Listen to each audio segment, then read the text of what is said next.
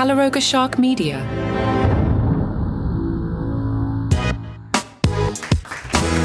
Happy New Year. I'm Johnny Mac with your daily comedy news. Recently, I was a guest on the Letterman podcast with Mike Chisholm. We talked about all kinds of things comedy and asked Mike, hey, can I repurpose the interview for my show so I can take January 1st off? And Mike said, sure. So today is a long one. I just want to get in front of something. The hosting company I use, I have to place a commercial break every 20 minutes or one will be automatically inserted. All right. And this entire thing raw was about an hour and 20 minutes. So this is probably the longest episode of Daily Comedy News ever. But when you get around to the fourth commercial break and you're like, John, what the heck, man? If I don't put a marker, it's going to get dropped in mid-sentence. So at least I'm placing the commercials. An hour and 20 of stuff today with more commercials than you get in a 10-minute episode. So I hope you can understand all that. Anyway, here's my wonderful conversation with Mike Chisholm. John, when I'm so glad that every once in a while, when something happens in comedy, you'll just throw an email out to me and it's, oh, yes, John and I got to connect. And it feels like two comic books doing the crossover thing when we do this. I'm so glad that you're back on the show. So much to talk about in the world of comedy, in the world of late night, in the world of Letterman. Lots of stuff this week, even when it comes to David Letterman. Thank you so much for coming back on the show. I really appreciate this. And I'm just looking forward to just conversing with you, my friend. No, happy to be here. I'll tell you, when you just sent me the link, my podcast, Daily Comedy News, is just audio. So you've got the high pressure video. So I'm like, oh, let me check my hair. Now, I've got the David Letterman Gulf of Mexico thing that he had in the 80s. So I got to make sure I moose it up. Otherwise, I have that thing going. So I have that in common with Dave. But it hit him about 20 years earlier than it's hit me. The hairpiece is securely in place. It looks fantastic. You're doing very well, sir. There are days I'm like, William Shatner and I have the same hair. Mine is natural, but his current piece looks pretty good. Good Canadian boy, William Shatner. One of the secrets that he said to life, people always ask him, because he's like freakishly elderly compared to how he looks. And don't get me wrong, I don't want to be an ageist or anything like that, but he looks fantastic for his age. And somebody frequently he's been asked how he looks so good. And he says every single year he puts 5 pounds on.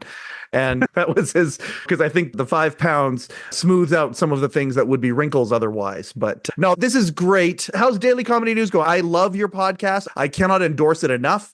For those of us out there who love this thing called comedy, the Daily Comedy News podcast is fantastic. It's a nice little bite where every day you get caught up with what's going on in the world. There's lots of little inside jokes if you listen to it along the way. Like Letterman, there's ongoing little jokes that you put into this thing. It is such a great show.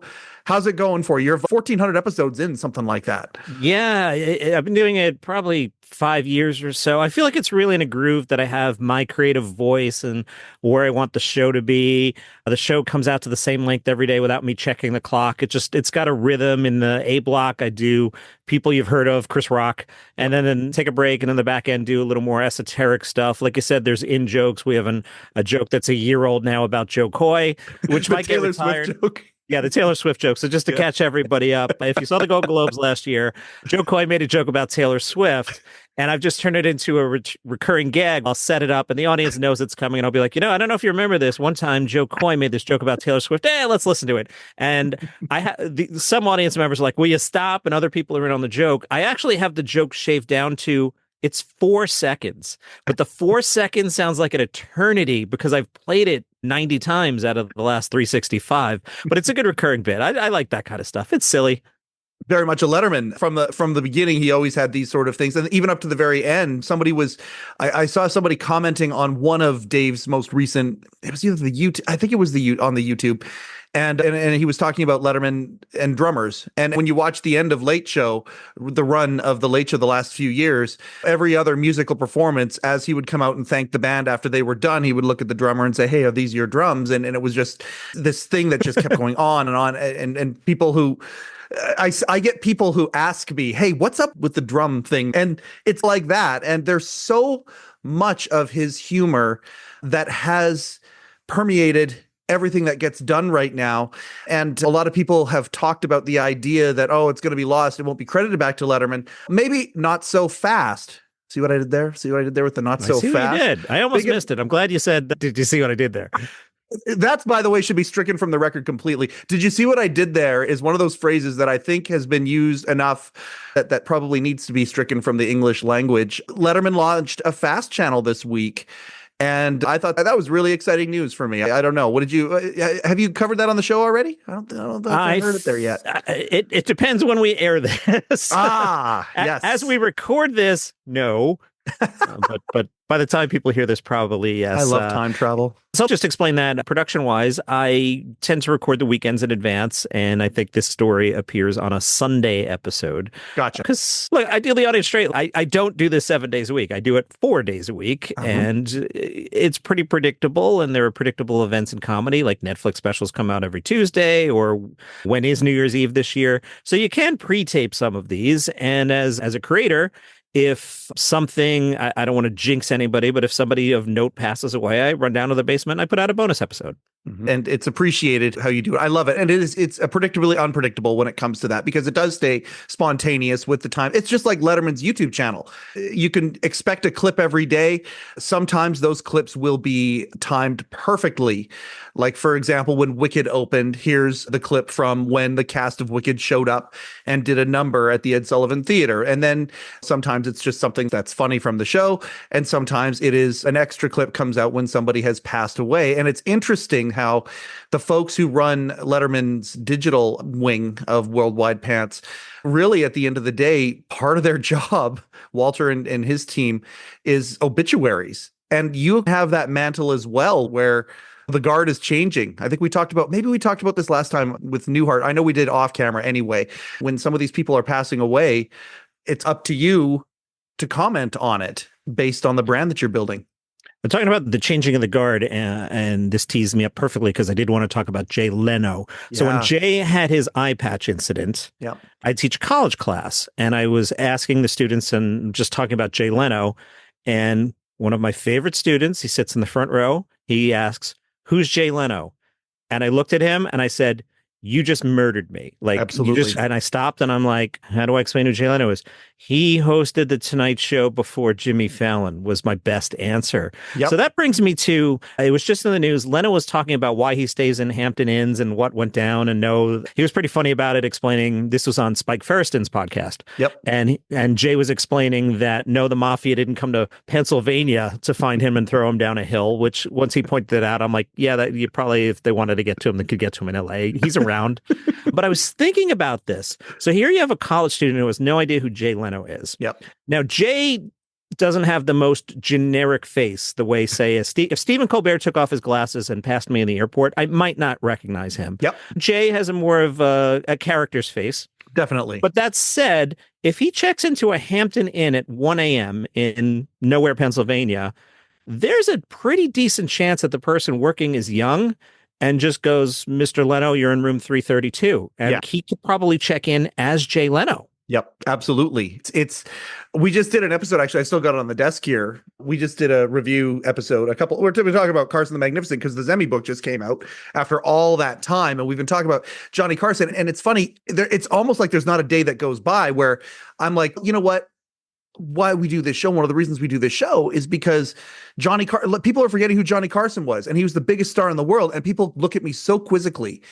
And even 2 years later, after starting Letterman podcast, people will say to me sometimes, they know I'm a financial planner by trade, and they'll be like, "Yeah, but he's got 2 podcasts too." And they'll be like, "Oh, what kind of podcast do you host?" And I'm like, "Yeah, I host a men's mental wellness podcast and the other one." And I ask this question now. I never used to. Do you know who David Letterman is? Wow. And to me, that is absolutely baffling that I have to ask that question. And even more baffling are the answers I get back. Because it happened to me yesterday. Yeah, I'm like, you know who, and I do the exact same thing that you do. And I don't even lead with Colbert. I say, do you know who Jimmy Fallon is? Because I feel that he's the one that of all the late night hosts, I believe he's the one that speaks to the youngest demo at this point. Than any of them, even more than Taylor, I think, even. And, "Oh, yeah, I knew who Fallon is." I said, "Okay, he has the Tonight Show, right? Letterman's one of those guys." "Oh, yeah, that's who." That is baffling to me. But at the same time, I believe that the Worldwide Pants, they're in legacy mode in some respects. They're combating that by creating this fast channel. I'm really excited about the fact if you're a Samsung TV owner, you can go to Samsung TV Plus and I think it's channel 1000. Yep. Is all Letterman all the time. It seems to be curated. I'm trying to get some answers to see exactly what the hunks are going to look like, when the hunks are going to change. It seems like most of the stuff on there right now is holidays, and I don't know how that's going to go, but it's very cool that we have an opportunity, probably for the first time, because Cavett and Carson and what Merv Griffin, which has been focused on Merv Griffin the last couple of weeks here, a lot of their catalogs are inaccessible or completely erased. They're gone.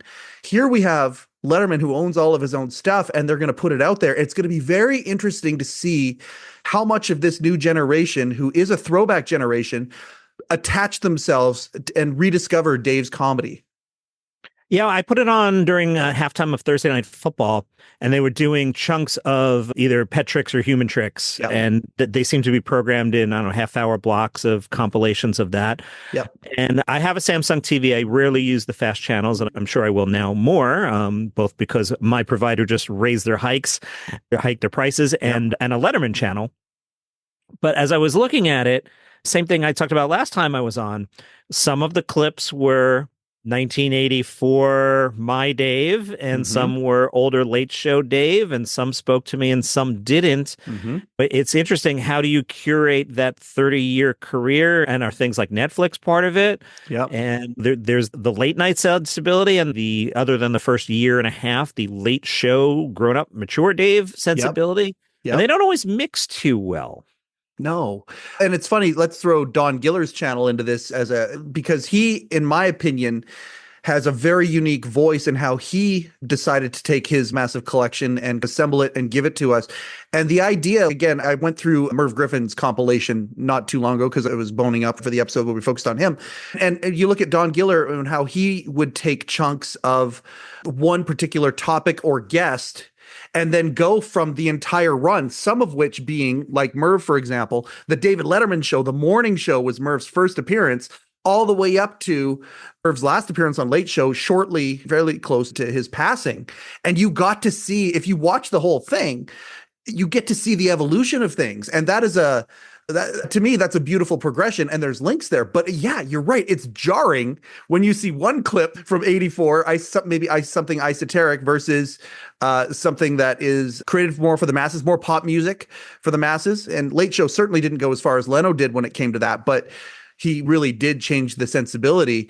Yeah, it's going to be interesting mixing it that way. I'm excited for the channel.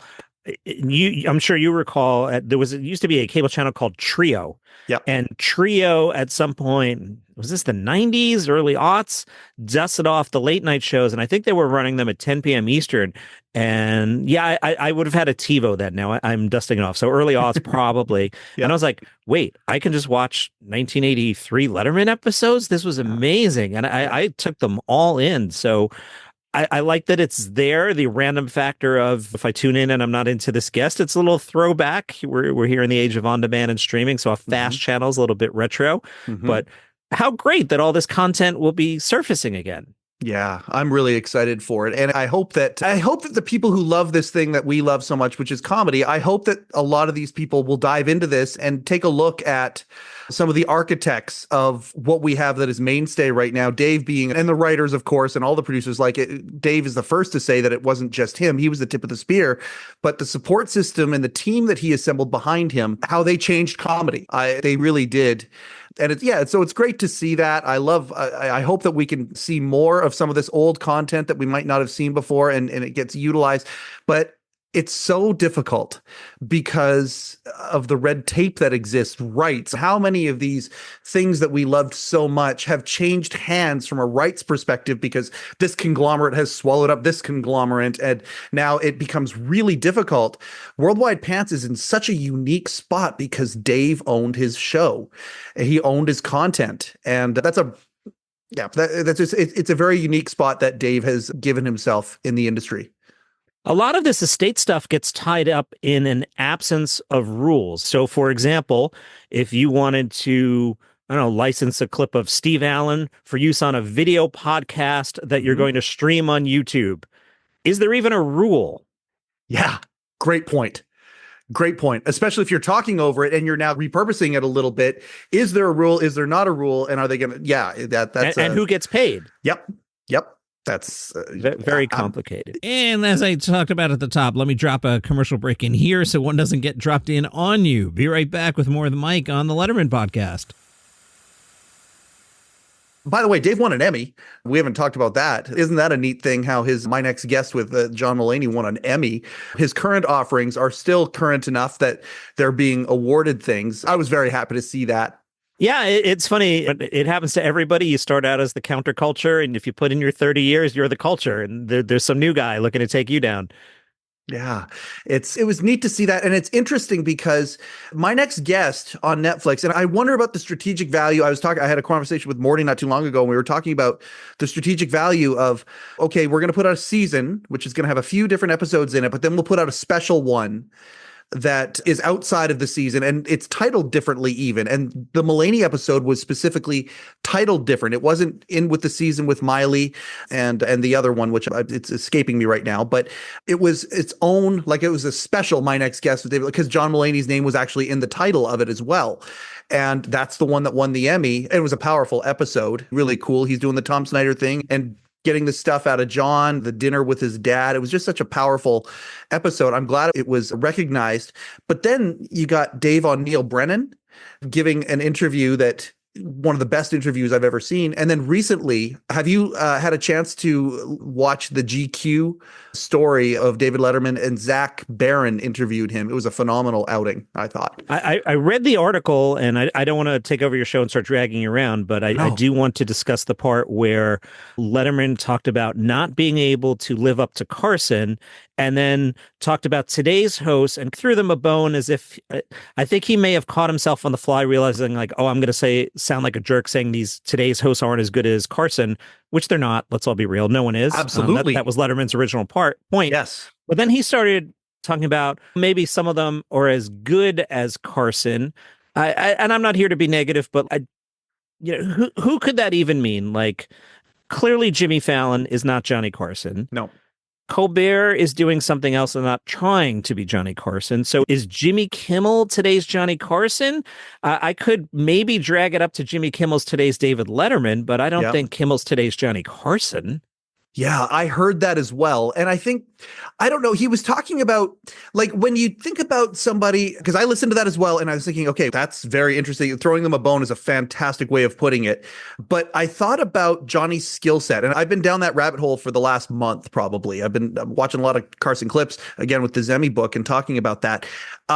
Carson had a skill set that Letterman never, ever even tried to emulate when he did his show. Number one, because he wanted late night to be very different, and late night had to be very different than the Tonight Show, but also because, again, they just celebrated. I don't know if they highlighted on Dave's YouTube channel on the Barbara Gaines show, just highlighted when Dave was on Mary's variety show and how much he hated the dance number, and to the point where he only had to do it a couple of times, and then they said, okay, you don't have to do this, being on that variety show. Johnny Carson had a skill set that very few people had at that time, from the magician, the singer, a little bit of actor, the sketch stuff he would do, as well as the host, game show stuff, and then broadcaster. All of these things won. And as I heard that Dave talk about that, to me, I thought he was talking about Fallon from that perspective, because I look at Jimmy Fallon, like him, don't like him. That dude can do a lot of stuff. He is very, I hear him sing Neil Young, imitating other things, and doing the Fresh Prince of Bel-Air theme is the one that comes to mind, but he does these very interesting things, whether you like him or don't like him. You cannot dispute the talent that guy has and the enthusiasm. He has the little sparkle in his eye, the way Johnny did. And when I heard that, I thought, oh, he's talking about Fallon and his skill set. But it was interesting hearing Dave talk about that on that interview. Also, his dad and Paul Schaefer, both organists. That's one thing I took from that. That was an interesting story about his dad with the organs. That was really compelling to me. Whenever Dave goes into his past and pulls out these little nuggets, there's a story that Zach, I don't even know why it came up or how it came up, but Dave revealing a story about his dad and maybe some comparison there. But it was a very good interview, I thought. Let us be fair to Jimmy Fallon. Yeah. Jimmy Fallon's job is to host The Tonight Show at 11:30 on NBC. Mm-hmm. That's a specific job where you're playing to middle America. For example, David Letterman at 12:30 was, I'll just use the word weird. He goes to 11:30, puts on an Armani suit, and after a year goes towards Middle America. Mm-hmm. You have Conan O'Brien being weird at 12:30. He comes to 11:30 and tries to be weird, and we know what happened there. So you bring Jay Leno back and you play back to Middle America. Now, you and I and fans of this podcast remember the young Jay Leno in a leather jacket that would show up on late night and be edgy. I would describe Jay Leno as edgy. Now, some people might be like, Jay Leno, edgy? You're crazy. I'm telling you, go back and watch the clips. They're on the Fast channel. He's there. He's edgy. So Fallon, he's executing the Tonight Show. He has a lot more to his game, but that's not what the job is. That is exactly right. I'm glad that you said it that way, because even people who sometimes watch this show, the dozens of fans that we have of the Letterman podcast, a lot of them are still in that Team Dave versus Team Jay camp. But when you watch the two of them together, and again, on Don Giller's channel, you can go and you can see the entire compilation, the entire evolution and run of when Dave and Jay used to play off each other. And you're right. That's exactly right. I wouldn't necessarily compare him to Burr, but he might be that generation's kind of comparison there. There was some observance that was there that had bite to it. It had real bite to it compared to what we saw. And it's a fascinating evolution watching this stuff, watching how there are so many late night hosts. And because of that, it's had to be, I hate to use the word homogenized. I don't know if that's the right word, but it's diluted. It certainly is diluted compared to what it was. Now, let me ask you a question. I've mental exercise. I've never actually done that, and I haven't done it as I just thought of it 30 seconds ago. It's 1992. Is that the year? Yep. David Letterman takes over the Tonight Show. Jay Leno, maybe he doesn't get a show at all. Maybe he gets CBS. Maybe he gets Fox. But David Letterman is hosting the Tonight Show. Yep. What do we actually get? Do we get the CBS version? Do we get a guy throwing pencils through a window? What do we get? And do you and I like it? Yeah. And like I said this to Bill Carter. I've said this to, I said it to Zinnemann and some of these other people too. I am so grateful that he didn't get the Tonight Show. Obviously at the time, sometimes it's one of those things. Sometimes a blessing comes like a kick in the teeth, but I'm so glad that he didn't get it, because again, we're talking about Carson here. Carson was so powerful, and he had evolved his place. He had worked the way into the seat that he was sitting in, and the groove was so uniquely suited to him. He was so powerful. That was his chair, to the point where he had ownership. And Letterman walked literally into being able to leverage himself to move over to CBS, got to take basically the blueprint of what Johnny had, the idea of owning his show, the idea of the next time slot and his company being able to do that, and continue it on for 20 some odd years. If he would have gotten the Tonight Show, suddenly ownership for the first time in well over a decade would have come back to NBC, which they were very excited to have. And you think about the network executives and Dave's relationship from late night at that point, how cantankerous it was. Imagine what would have happened if he would have then moved into the big chair with all these networks now trying to poke and prod. That would have been, I don't know that we would have liked. I think personally, if he would have been awarded the Tonight Show, from everything I've looked at and read, I don't know that NBC was ready to bring the Tonight Show back to New York. I feel like the way the tea leaves have been written, I feel like Dave would have moved to Burbank. I feel like that's what would have had to happen.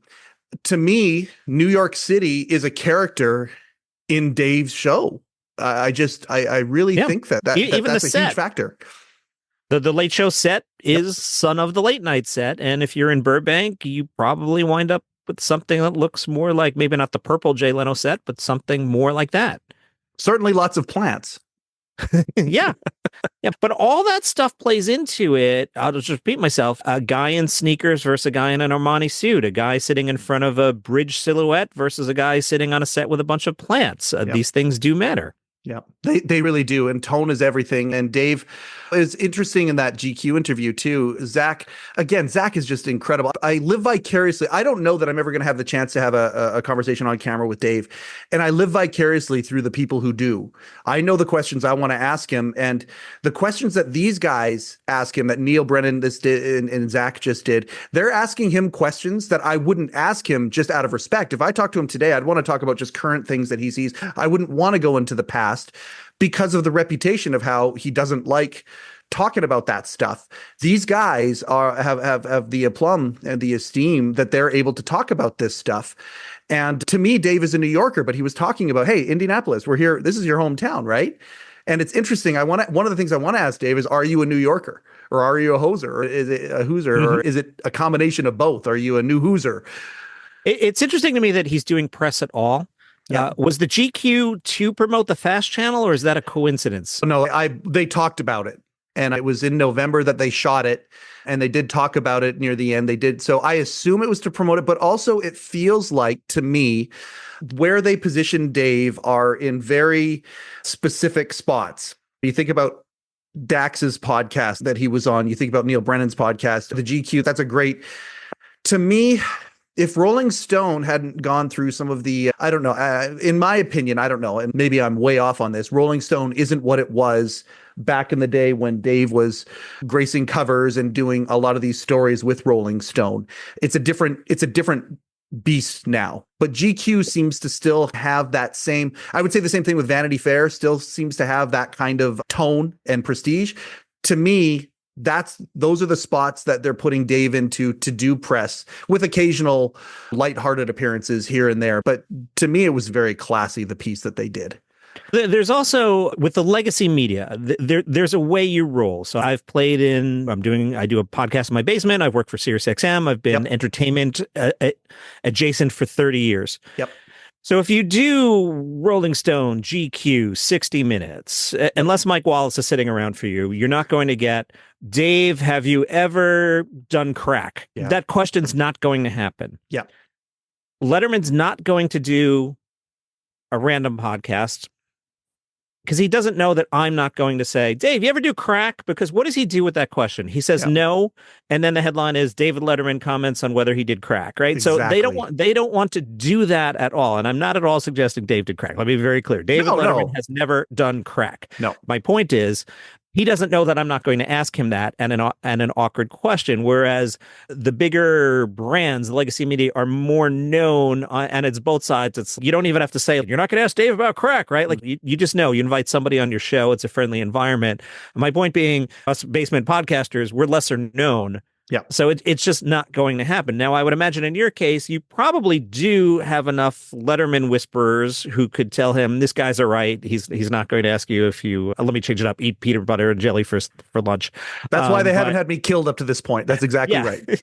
But celebrities have brands, and you control your brand, and you don't want to overexpose. So if we look at this, I reached out to you and went, oh my goodness, David Letterman actually did an interview. That's why I reached out to you. And if he were on a podcast every third day, I wouldn't have shot you a note. That's right. And I don't know that I've said this publicly. I've certainly talked about it with a few of my guests and a few people that are close to Dave. And it seems to be the ship has sailed. The last person I talked to about this, definitely inside, but adjacent, but also very high up and inside. And he said, if you were in Dave's camp, what would you have him do? He asked me that question. It was like literally throwing a softball down the plate to me, and it wasn't recorded. But I'll say this to you, because to me, I know that you are certainly, Joe Rogan is so big now. We talk about Carson and who's our current Carson. To me, there is no other answer than Joe Rogan. The Rogan bump is crazy. You talk about Nikki Glaser a lot on your show. I believe a huge part of her ascension and people observing her talent cannot be understated. I want to be very clear about that. The spotlight was certainly put on to her over the years by Rogan. She has definitely been a recipient of the Rogan bump in many ways. Tony Hinchcliffe, same thing. To me, the softball going down the plate, I'm like, if it's me as a fan, and this is exactly how the person said to me, he goes, boy, you are answering that question as a fan. But to me, fan service in this day and age is not a bad thing. To me, if you want to have a compelling, tying it up with a bow kind of a scenario, you have Dave go down to the mothership. You have a night at the mothership in Austin, Texas, which is based on the Comedy Store, except let's fix the Comedy Store and make it even better. If you look at the blueprint that Rogan has created at Mothership, the bar is called Mitzi's, and they've taken that blueprint. Adam Egget is there. You take Letterman there with guys like Dreesen, guys like Altman. You bring out some of the people who are not doing as well health-wise maybe, and have one last little hurrah there, a tribute to these things. You have Dave show up on Rogan's podcast, and then you do a My Next Guest on the stage of the mothership with Joe Rogan, who, Would be like amazing. it or not, he is and to me, that is, oh my gosh, would I love to see that. But I just don't know if Rogan's too polarizing because of exactly what you just said, how well Letterman's positioned himself. I don't know that would ever happen. But from a fan perspective, my God, that would be compelling. But so I love the idea of Dave going on Rogan. I like listening to Rogan's podcast for many reasons. I'd like to listen to podcasts as I drift off, and Rogan's audio, he doesn't start screaming or get hyper. These are very deep conversations. Yep. I am able, like I can with any conversation, I can take some of it and go, I agree. I could take some and say, I don't agree. For example, if you said to me, Petrix is better than a 5-story tower, I would vehemently disagree, but I wouldn't like dislike you. I would just be like, he's wrong about that. And I would just move on with my day. Yes. If you told me Dave went down there for 3 hours and 20 minutes and we got a long conversation that wasn't, so what was it like when you didn't get the Tonight Show? Asked and answered, he's talked about it. Exactly. Rogan would ask him about, he might ask him about drones, and then that tease it up for Letterman to be funny. And again, let me be clear, David Letterman has never done crack, but if Rogan, not a guy in his basement, if Joe Rogan said, did you ever do crack?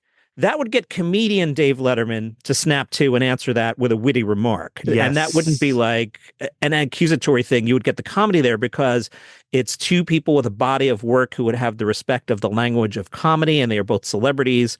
And it would just be different than if I randomly threw out that question. I would love that. And then the flip side of that, I think, would make a lot of sense. You also talked about what should Dave do these days. Mm-hmm. And I think doing hits on Mulaney's thing is actually perfect. It allows him to be elder statesman, but it allows him to appear as the Dave that you and I fell in love with. So for 7 minutes, he can be goofy 80s Dave and let Mulaney be goofy 80s Dave turn Mulaney and do the weirdo late night show.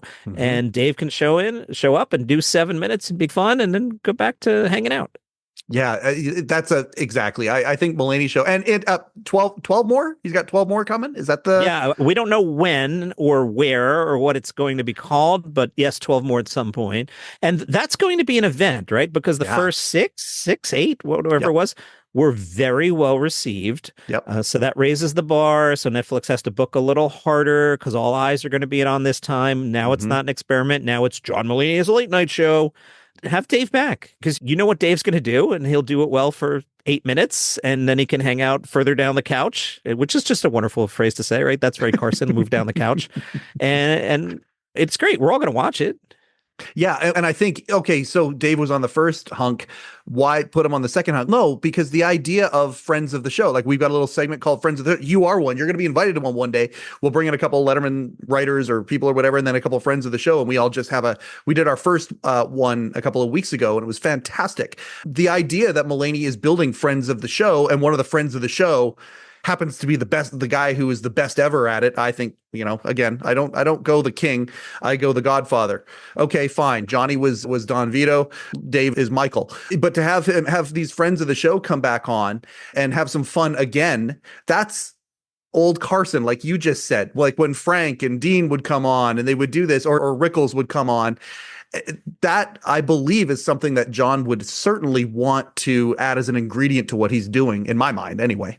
Yeah, you're handing in an entertainment show. So whether it's me booking you, you booking me, we know what each other is going to do. We didn't prep at all for this. You just said, do you want to come on? I said, yeah. We didn't talk at all. I didn't ask you what we're going to talk about. Obviously, David Letterman is a subject on your podcast. Yeah. I knew it would be all over the place, like I'm dragging you all over the place. Good. But, thank you. Please do. You know what I'm going to do. I know what you're going to do if we go in the other direction. So if you book David Letterman, you know what he's going to do. Yep. If I ever had John Mulaney on my podcast, I'd ask him a question like, what are you up to? And then shut up while he told a 6-minute story, because I know Mulaney tells 6-minute stories, and you don't step on them and ruin the flow.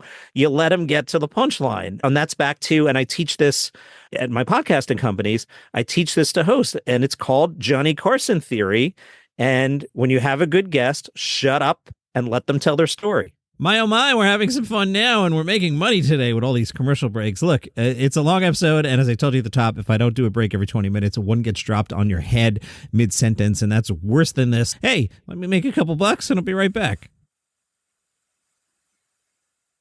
Carson was so perfect at letting somebody go on about something and then would come back with that razor sharp response that would take, it was like a bow. It was like that person was assembling a present for them and Johnny just put the bow on it and made the present look so much better. He was so good at making his guests shine, whether they were at the pinnacle of entertainment like a Frank Sinatra or the gal from Nebraska, wherever it was, Nebraska or the Midwest who had the potato chip collection. He was just so good at building these little moments with very little, and listening being one of the paramount skills.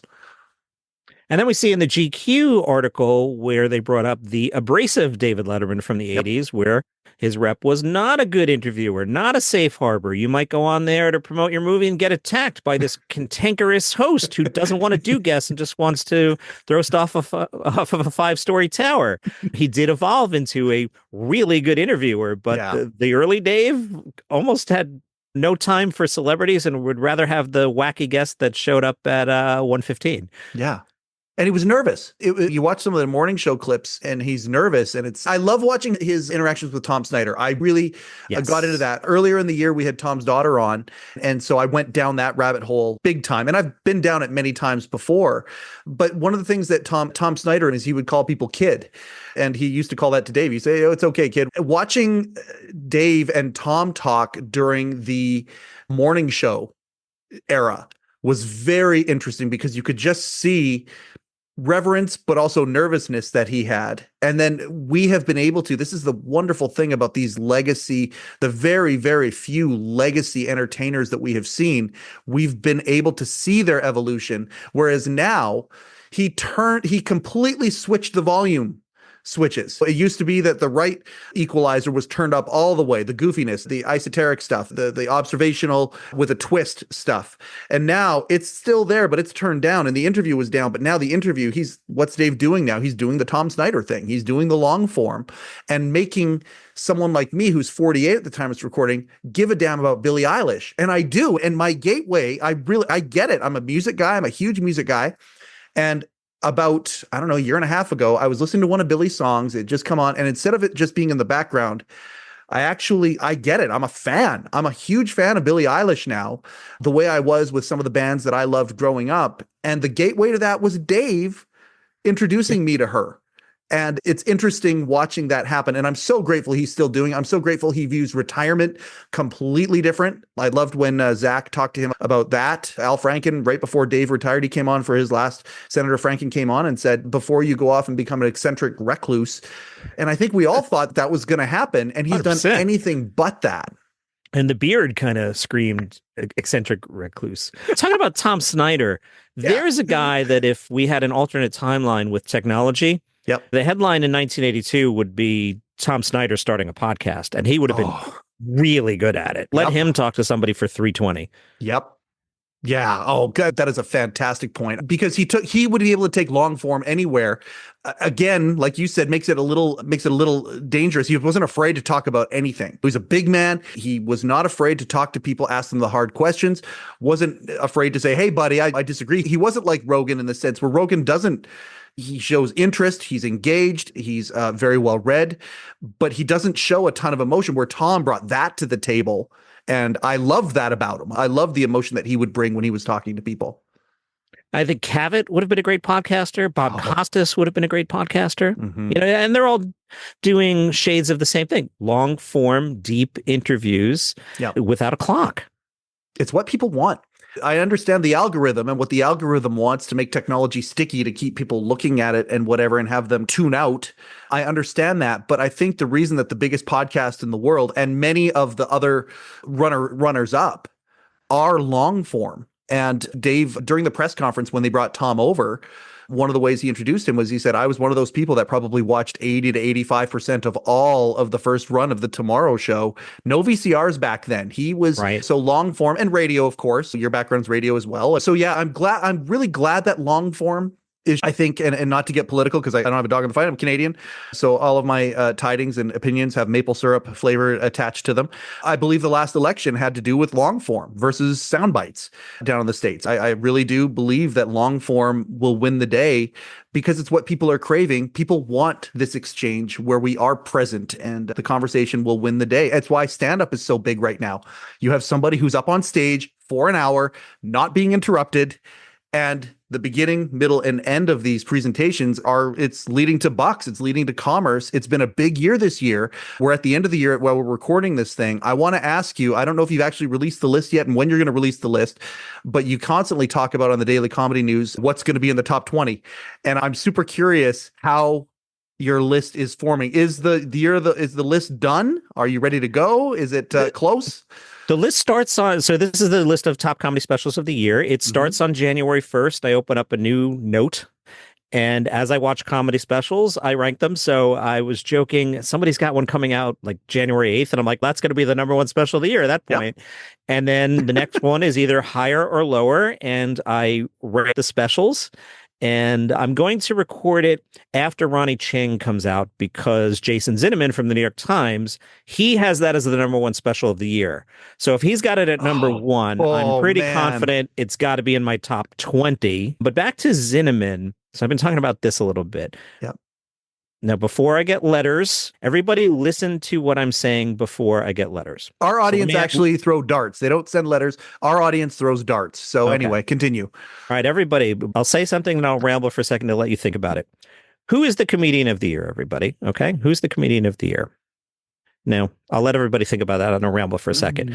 I could make a case for Joe Rogan. Some people think he helped win the election.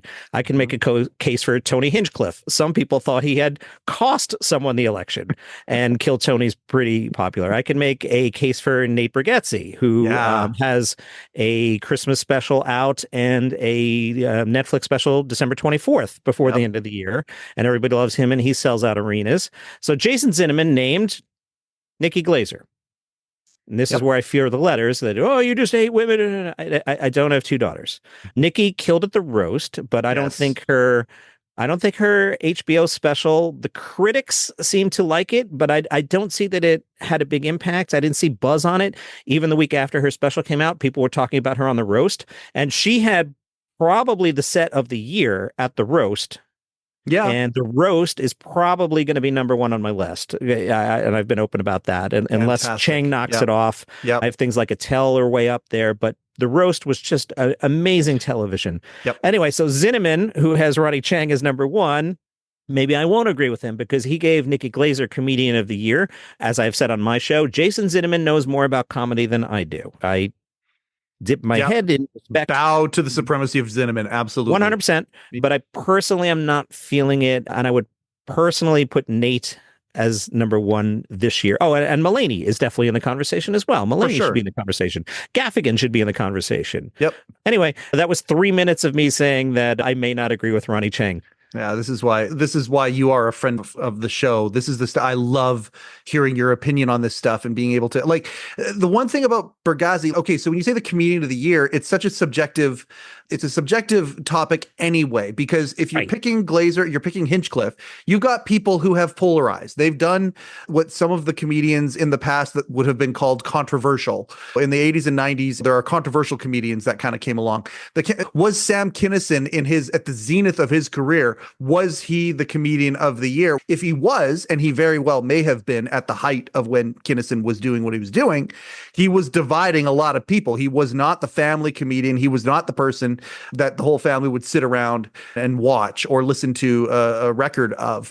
And Tony and Nikki would certainly be in that category. Whereas you got a guy like Nate, who is literally for the whole family, but can kill just as hard. It's like Norm Macdonald going on Comedians in Cars Getting Coffee, actually saying to Jerry, you know what? Being clean is the harder discipline.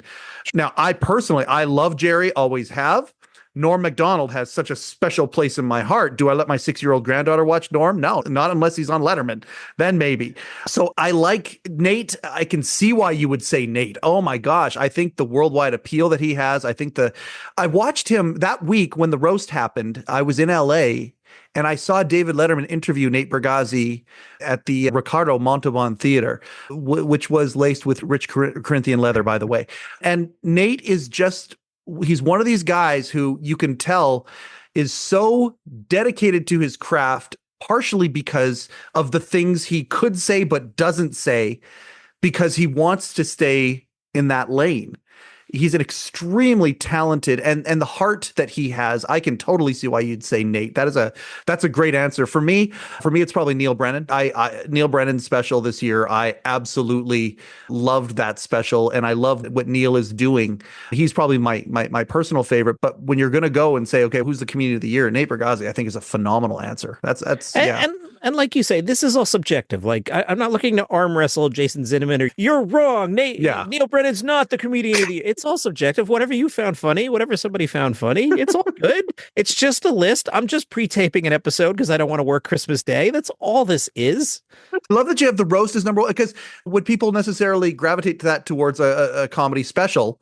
And here it is, something that gives Michael Che and Colin Jost a shot at the title with the show that they're doing, highlighting other comedians, which I love that, the throwback kind of a deal where they're showcasing like Rodney used to do back in the day. It's a good, but one thing that I think that all of us will probably agree with, it is a very good time to be a fan of comedy. Oh, yeah. Distribution, ability to see people, that we have all these Netflix specials. Now Hulu's jumped in. You have the HBO specials. Anyone can self-release on YouTube. And this is why I always advise my audience, if you go to a comedy festival, go to the showcase shows, go to the local small club/bar where they have 6 comics doing sets. Don't go see Chris Rock. Do I like Chris Rock? Yes. I at the Las Vegas Comedy Festival one time, I saw Seinfeld and Rock on back-to-back nights, and Seinfeld is justifiably at the top of his game, and Rock was a very close number 2. Yeah. But if I went to, I don't know, the Toronto Comedy Festival, I'm not going to go see Chris Rock because I know what he can do and I can watch him on Netflix. I'll go see 10 people I've never heard of. I get much more out of that discovering comedy because the big acts, Nate will come to your house on Christmas Eve. You don't have to go see him anymore. And I'm not trying to not sell tickets for people. Don't worry, Nate and Jerry and Jim, and they're all going to sell out very well. Absolutely. But for comedy fans, go see a smaller show. You never know who you're going to see. I remember Chicago Comedy Festival. It was a rainy night. We were at, is it Zanies? And a guy named Hannibal Buress got up and crushed. And I was like, oh, this is great. You think about how the phenomenon that is Kill Tony, and for these overnight successes, right? We all know that's a bunch of BS. Most of the time, it's not an overnight success. There are people who have been busting their butt for so long in the small clubs. And Kill Tony, who people would go see it, or they would watch it or listen to it, and they would say, this is the funniest thing that's out there right now. And 75 people are a part of it. Brian Redband and those guys, you got to, whether you like them, the concept, whatever, or don't, you cannot deny the success that they've become. And it started, as you're talking about, one of these showcase things. And it's so much fun, just like a band, when you discover the band that's the next best thing before they become the next big thing. It's a great feeling. Oh, that's great advice. You're like a wealth of knowledge when it comes to this stuff. You've been doing this for a while. Stop. I love Kill Tony. I understand the comedy snobbery of it's just a minute. And a minute is not a tight 5, a tight 8, not an hour. I get it. Kill Tony is a show. I'm a civilian. I just want to sit down and listen to something, watch something, and be entertained. Somebody gets up for a minute. They're funny sometimes. More often than not, they're not. Tony comes in with a sleigh, rips them to shreds. We all laugh. One of the funniest things of the year was Shane Gillis coming by in character as Trump and co-hosting the show as Trump. Oh my goodness, was that hilarious. Oh, it's so good. So good. Shane Gillis. There you go. Okay. So we mentioned a whole bunch of killers here who were in the conversation. There's a guy right there. You talk about a guy who's dealt with adversity, the public perception adversity, in a way that just Chappelle, same thing. People are apparently up in arms, and just said, no, I'm going to keep doing what I'm doing. I'm going to let my voice be heard. And Shane Gillis right now, just a phenomenal talent. And yeah, that night where he came out as Donald Trump was fantastic. And even Lorne Michaels admitted he blew it and kowtowed to NBC when they didn't want Shane on the cast of SNL. You wish you had Shane.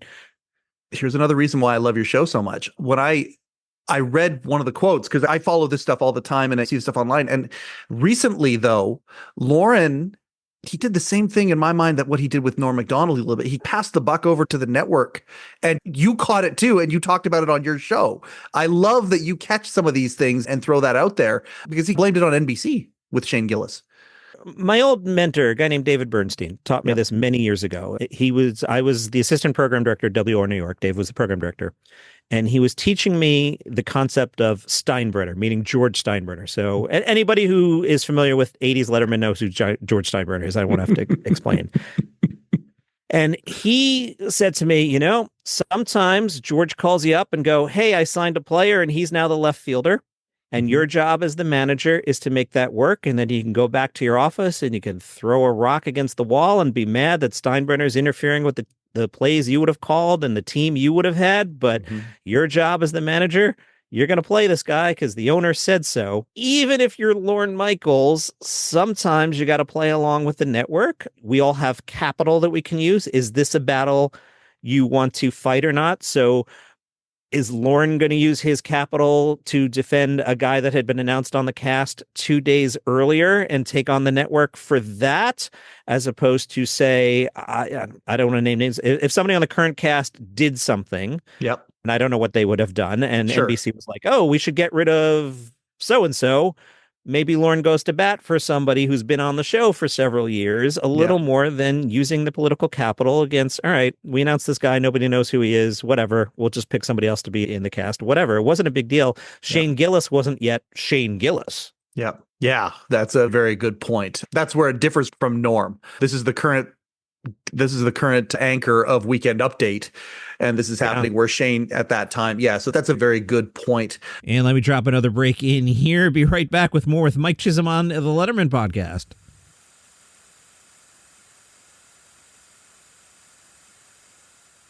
Let's talk about Saturday Night Live here for a second, because everybody seems to be. I don't know. It's turning 50. That is a recurring joke on my show, inspired by Letterman style humor. Did you hear SNL is turning 50? Yeah, I did hear something. I still think about SNL 40.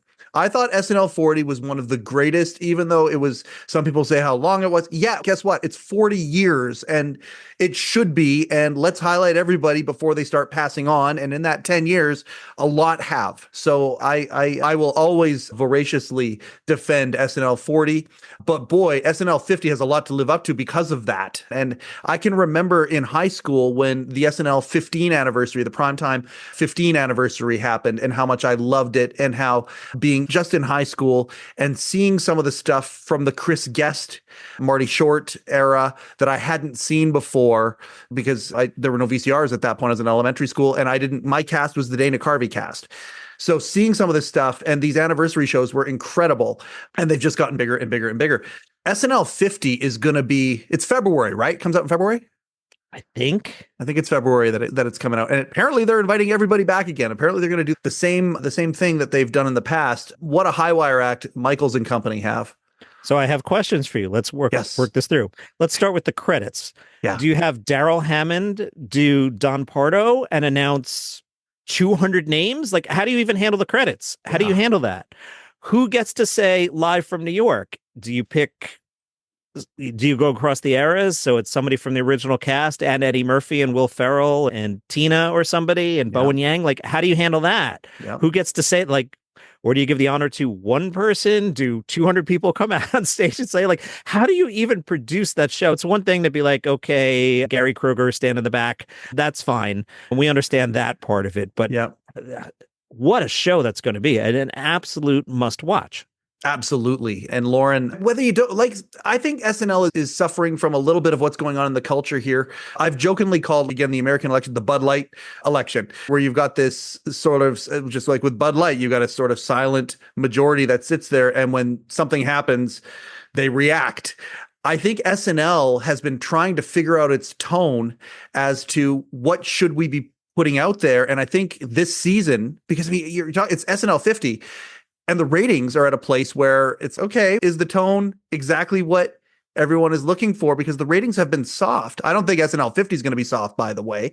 And I don't think SNL 50 is going to have a political tone or leaning. I think it's going to be a historical look, which is why I think it's going to be such a almost a refreshing show because it's not going to be about social commentary in any way. And I think that might be something that they're wrestling with right now. I think that might be I didn't want to call it a growing pain because they're full grown, but it might be a little bit of a struggle that they're having right now. Yeah, I have found this season weird. So season 49 was not good. Yep. Season 50 has leaned into this weirdness I'm finding. Now, again, I'm a podcaster in the basement, and Lorne Michaels is Lorne Michaels. Yes. So again, I bend the knee, Lorne. You clearly know what you're doing, and I don't. Yep. But as a watcher. Yep. As the audience. And I think the audience this is why podcasting has blown up. The audience gets to speak back sometimes. What is the point in season 50 of Dana Carvey opening the show as the church lady? What is the point of that? He wasn't the guest host. It was just, and Dana Carvey's sort of on the cast now. Yep. What is the point of having Jim Gaffigan play Governor Walls? Was Jim Gaffigan good at it? Absolutely. Yeah. But is that such a complicated impression that nobody on the current cast could take that on? Like, I don't understand the creative choices of not using the current cast because you're not building stars. So a year from now, it's going to be SNL 51.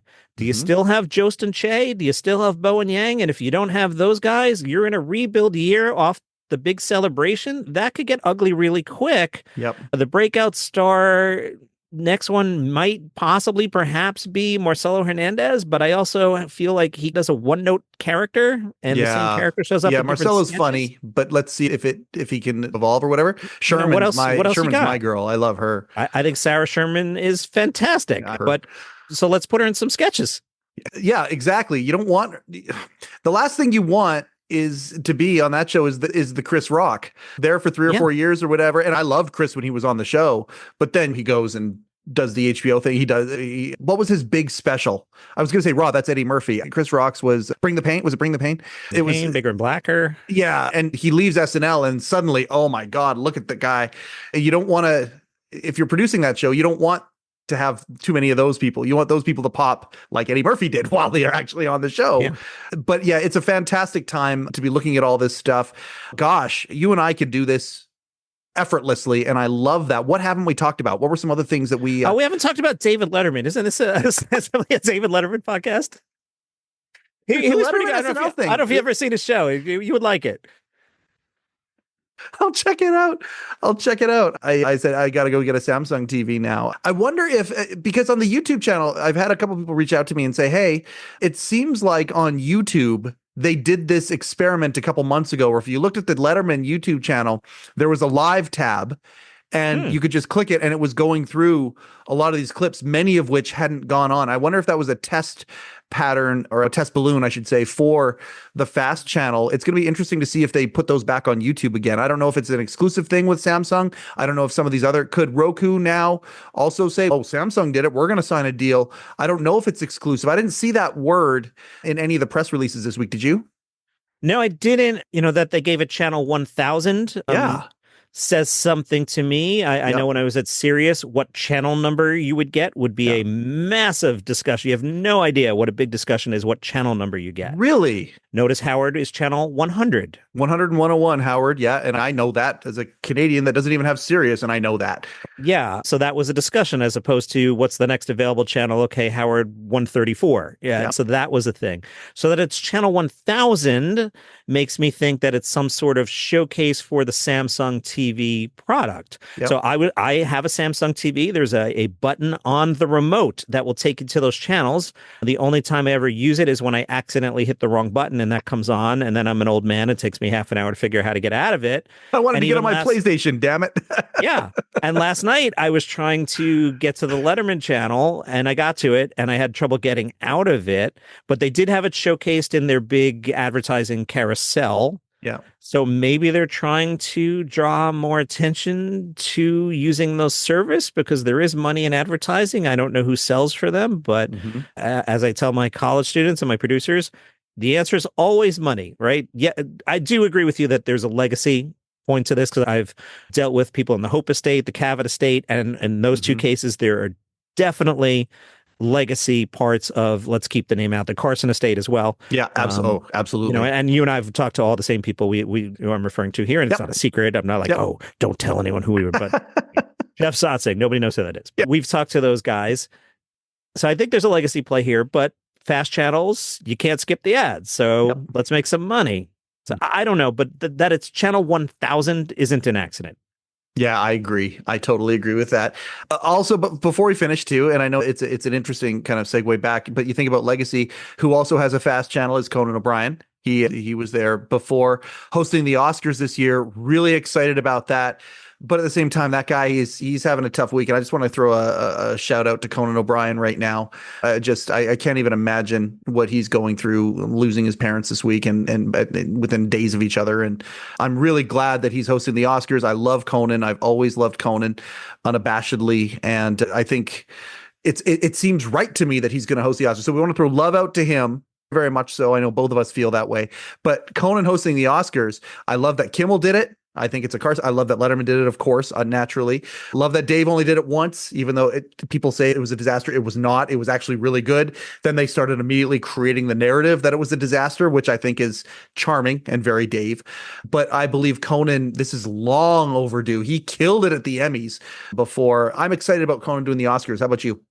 Yeah, because unlike Dave, where it's Dave's unnatural element, Conan will put on a straw hat and perform at a live version of Monorail, the famous Simpsons sketch, and walk around and sing and dance. And if he's awkward singing and dancing, doesn't care, and he will do that. So I think as a performer, he'll do really well. I think the industry likes him. There aren't anti-Conan people. He's someone that people root for. He's charming. He's been around for 30 years. Mm-hmm. And then after the first 15 minutes, unless something wacky happens involving Will Smith, the host disappears the back end of that show. Yeah. Kimmel a couple of years ago came out and did a Trump joke on the fly, which was clearly written during the show. I'll be very interested to see if Conan's sitting there with Smigel and somehow, some way they can figure out a way to add, and it not necessarily political necessarily, but something that would be very current in that moment, and spontaneity, which Conan is, of course, very good at. If you watch him in front of some of these crowds that he would perform, he'd go to Comic-Con every year and do his show there. And the spontaneity that would happen there, obviously also very Letterman-esque. Letterman used to add spontaneity to his programs. It would be very cool to add some of that to what could be a very dull show. I've loved episodes of the Oscars. I have loathed episodes of the Oscars. I believe that the deck is stacked for this to be a love. I would caution Conan and Smigel. I come at this. I come at this as a strategist, not from a political angle. If we look at the recent election cycle, factually, Trump won. That's just a fact. You may like him. You may like him. You may not. So somebody out there is a fan of Trump. Generally profiling the stereotypical Hollywood celebrity. The stereotypical Hollywood celebrity, I think if you walk down the street, most people would be like, oh, they're Democrats. Okay, fine. Yes. So if you on the fly start making Trump jokes during the Oscars, you're playing to the room. You will kill in the room. Yeah. But do you kill at home? And then my question as a strategist, on a celebration of the Academy Awards, why are you even going there? Make a joke about Tom Cruise. Yeah. And that's where I was talking about. I wasn't talking about the topic so much. I just really was impressed with when Kimmel came out, and it was something that was done kind of real time because he was responding to something that was happening real time, and you could tell it was spontaneous. And that's more the spirit of what I'm talking about. Exactly. If it's something about one of the biggest stars in the audience and something they're wearing or something they're doing, something that you can tell wasn't canned. And Conan is very good at that. And I hope he does that when he does host the Oscars. That's going to be a lot of fun. I hope he's part of SNL 50 as well, by the way. Yeah. When I say make a joke about Tom Cruise, too, I don't say make a mean joke about Tom Cruise. No. You make a joke about his love of doing stunts, or how are you so handsome at 61, 62, or you have great hair, or I love your smile. You make that kind of joke. This is not a roast. This is not Ricky Gervais hosting the Golden Globes. This is the Academy Awards. Go down the middle. Here are some films we all liked. Let's celebrate them. Let's do some light jokes. Let's get out of here. Yeah. And I love that we can do this. But maybe we finish on Nikki. I'm excited. Nikki is hosting the Golden Globes. I hope that they let Nikki be Nikki the way they used to let Ricky be Ricky. That is what my hope is. Watching the commercials for it and the promos for it, I'm just shaking my head going, oh, I feel like they're putting Nikki in a cage. I hope that they don't do that for the actual broadcast, because the Golden Globes can be one of those shows that steals the show when it comes to award banquets as well. I think a very big key there is the room. So she's been doing comedy on Thursday Night Football. Mm-hmm. to 5 football announcers, and she sounds like she's bombing. Whether or not the writing is good or she's delivering it, she sounds like she's bombing. So back to my friend Joe Coy. I'm not his friend, but back to Joe Coy and the recurring bit. Joe Coy told a joke that's pretty good. The only difference between the NFL and the Golden Globes is we have fewer pictures of Taylor Swift. That's the joke. And then they cut to Taylor, who either could have went, and I'm making, for those listening on audio, I'm smiling and holding up a drink. She could have done this. Instead, she gave a stone face and killed the room. Yes. Taylor Swift killed the room. Swifties come at me. Taylor Swift killed the room. So if Nikki gets up there, and I've read some interviews with her, she is aware that America doesn't know who she is. So she's got to win America over quickly. She's aware that she's not one of them Hollywooders. Yep. So she's got to win them over. So if she tells a joke and it lands and the room is loose and she's getting laughs, I think she can crush.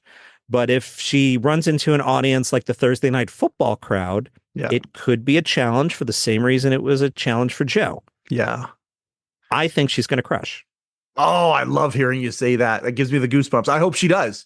I hope she does. Course. I hope it's an elevation moment for her. I really do. Yes. I'm a Nikki Glaser fan. And when you know her story, again, go back. If you listen to any of the times she's been on some of these shows, Rogan being one of them, her story is unbelievable. And to see her where she is now, it's a lot of fun. I'm a big fan of that. I'm a big fan of you. I'm really grateful that we've made this connection. And I hope that our paths cross more and more. I know they're certainly going to. I hope that also that we're coming up to the 10-year anniversary of Dave calling it quits on Late Show. That's happening within the next 6 months. The 10-year anniversary is going to be happening. We're doing some special stuff on this show to commemorate that. And again, you're a friend of the show. So thank you so much for coming on here again, John. I appreciate that you're in my life, brother. Yeah, thanks for having me on again. Like I told you, I'll be your Tony Randall. Anytime somebody cancels, hit me up. It's going to be a lot more than that, although that is charming nonetheless, of course. This has been great. Daily Comedy News. And okay, hold on. Daily Comedy News, but also you've got the Good News podcast as well, and the meditation one as well. I love what you're doing. You got your little podcast network there, the boutique podcast network. Let's talk about that and promote that a little bit too. Sure. So Daily Comedy News, I think we've covered what I might be doing on that one. Yep. I also host one called 5 Good News Stories. Yes. It's inspired by what Krasinski did during the pandemic, and also inspired by it was my wife's idea. So it's a short show. I do 5 news stories that are all good news or smile stories, or as we used to call them in radio, kicker stories. So I'm not going to tell you about the horrible murder. I'm going to tell you about the wacky Guinness record and the dog that came home from 4,000 miles away and what the scientists are up to. And the format behind the scenes is the first and fifth story tend to be quirky, some science in the middle. I limit it to one. I really could, every episode could be, and another dog found its way home. And then this other dog. So I try to do one animal story, maybe one science, 2 quirky ones, and then whatever fits my mood. So number 5 Good News Stories is the name of that show. And then the Gratefulness podcast. I have one called 5 Minutes of Gratitude, which is Monday, Wednesday, Friday. And just a quick show. I don't host that one, but my company produces it. 5 Minutes of Gratitude, and just get up and think about like, all right, things are okay. Here's something to be thoughtful about, and then go about your day. My men's mental wellness podcast that I host, very quickly, a couple of themes came up. We're 100 and I forget how many episodes, well over 100 episodes in that thing. And a few themes came up with guys who are talking about their mental wellness and sometimes struggles and victories and all that sort of stuff. And one of the themes that very quickly came up is that the antidote for many of these things that we go through is anxiety and things like that, is gratefulness. And the thing I love about your podcast, unlike this one, really short, really sweet, you get the points immediately, and it really does affect the way that you're viewing the day. And I love that, whether it is talking about comedy, whether it is hearing these good news stories, because there's a lot of good that goes on in the world. Much of it, unfortunately, just doesn't get publicized the way that it probably should. And gratefulness is a huge one. I wanted to ask you, so you guys produce it. What was the genesis? Where did it come from? I've wanted to ask you that for the last month. The Gratitude podcast? Yeah. The real answer? Yeah. We're a podcast business. Yep. 5 Good News Stories was doing really well. Yep. And we brainstormed and said, what else could we do that people might like? And candidly, we could make some money doing. Sure. It's podcast business. Yep. Like I tell my audience, Daily Comedy News, look, I like talking about comedy. It's fun. I also run commercials in the middle of it. It pays my mortgage. That's why I do the show. Otherwise, I would just email you and be like, hey, did you watch that? And get it out of my system. Yep. But yeah, we were just 5 Good News Stories started to do really well. And we thought, okay, what's in the same lane that we could do? And that's where that came from. Oh, there we go. And it's awesome. It's water in the desert for a lot of people. And I'm really excited and I'm grateful for your Gratefulness podcast. We love it. Thank you I've very talked much. about We should it do many some cross times. promotion. So I would love to do that. Would love to do that. We'll email. We won't bore the listeners with that. Yeah, we'll do that. I just appreciate you very much. Thanks for coming on the Letterman podcast. And thank you for doing everything that you do. Thank you, Mike Chisholm, host of the Letterman podcast. Thank you so much for having me on. That was a lot of fun to record. We didn't plan it at all. And at the end, he hit stop and I'm like, how long do we go? Like an hour and a half? And yes, an hour and a half. Anyway, Happy New Year. Normal episode tomorrow. See you then.